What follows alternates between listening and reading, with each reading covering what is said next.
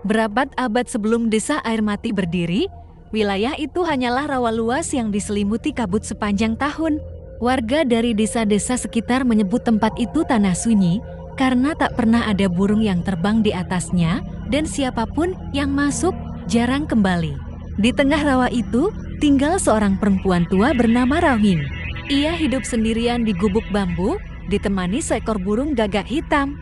Wajahnya selalu tertutup kain lusuh, dan orang-orang yang berani mendekat mengaku mendengar suara bisikan dari tanah di sekitar rumahnya seperti orang berbicara dari bawah bumi.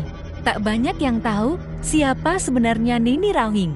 Namun, menurut cerita turun-temurun, ia dulu adalah dukun penyembuh dari desa hilang bernama Paguwong.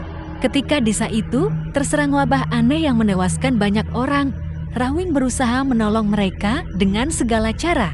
Tapi karena tak sanggup menyembuhkan, ia melakukan sesuatu yang dilarang. Ia memanggil arwah orang mati untuk menahan penyakit agar tak menyebar. Ritual itu berhasil, tapi dengan harga yang mengerikan. Seluruh penduduk Paguwong tewas dalam satu malam, tubuh mereka membatu dan tertelan tanah. Roh mereka tidak naik ke langit, melainkan terikat di bawah tanah tempat ritual itu dilakukan. Sejak saat itu, Rawing menjadi penjaga mereka. Ia tidak menua dan tidak mati.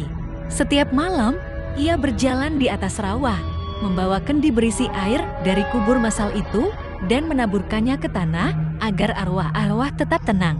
Orang-orang menyebut air itu air duka karena setiap tetesnya terdengar seperti tangisan kecil.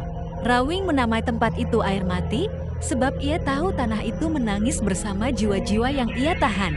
Bertahun-tahun kemudian, ketika manusia modern datang dan menggali sumber air panas, di tempat itu, segel arwah-arwah tersebut pecah. Dan Nini Rawing muncul kembali dari kabut, membawa kendi tua yang masih mengeluarkan air berwarna merah tua. Aku sudah menahan mereka berabad-abad, katanya dengan suara yang bergema dari dalam tanah. Kini, saatnya mereka bicara sendiri. Setelah malam itu, setiap kali kabut turun di lembah Air Mati, suara langkah tongkat kayu terdengar dari balik kabut, diikuti suara perempuan tua yang berbisik, "Tenanglah, anak-anakku. Kita belum selesai menangis." Dan sampai hari ini, jika seseorang bermimpi melihat perempuan tua berkerudung lusuh membawa kendi air merah, itu tandanya ia telah melewati batas antara dunia hidup dan dunia yang dijaga Nini Rawing. Karena legenda berkata, sekali Nini Rawing memanggil namamu dalam kabut, maka rohmu sudah separuh milik tanah.